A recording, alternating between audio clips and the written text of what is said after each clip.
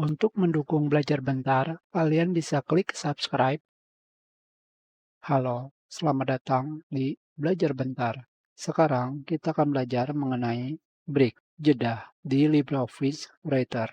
Pada LibreOffice Writer terdapat 3 macam break, di mana kalian bisa menemukannya di menu bar Insert, Back Break, atau More Break. Pada bagian More Break, kalian bisa menemukan Insert, Manual, Row Break, dan Insert Column Break. Kalian juga bisa menemukannya pada bagian tab Insert, tetapi di sini hanya terdapat Back Break, dan kalian juga bisa menemukannya pada tab Layout. Di sebelah kanan, Back Column, di sini kalian bisa menemukan Back Break dan Manual Break. Sekarang, di sini ketika kalian ingin membuat paragraf baru pada dokumen yang berada di halaman selanjutnya, jika kalian tidak menggunakan back break, tentunya kalian akan menggunakan tombol Enter, Enter, Enter, dan seterusnya, sampai paragraf tersebut ke halaman selanjutnya. Tentunya, ketika kalian mengaktifkan formatting mark, kalian akan melihat telah membuat banyak paragraf.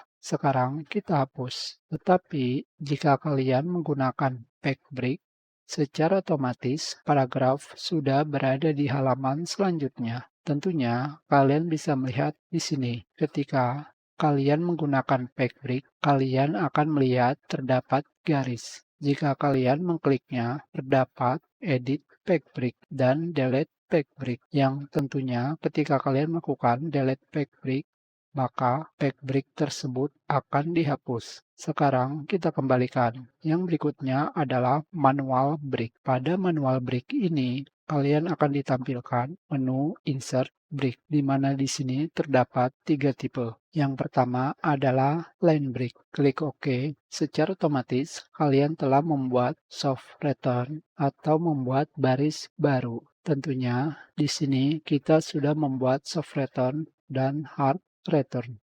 Jadi, kita tidak akan membahasnya kembali. Tetapi, kalian bisa membuat line break jeda baris hanya dengan menekan tombol Shift plus Enter. Seperti ini, tanpa perlu ke manual break. Yang berikutnya adalah kita akan membuat kolom. Dan kita buat manual break dan kolom break. Tekan OK. Seperti yang kalian lihat sekarang, paragraf sebelumnya telah berpindah ke kolom di sebelahnya. Jadi, kolom break digunakan untuk menjeda kolom. Jika layout kalian lebih daripada satu, yaitu dengan cara memindahkan teks ke kolom selanjutnya. Kita sudahi pelajaran ini. Terima kasih.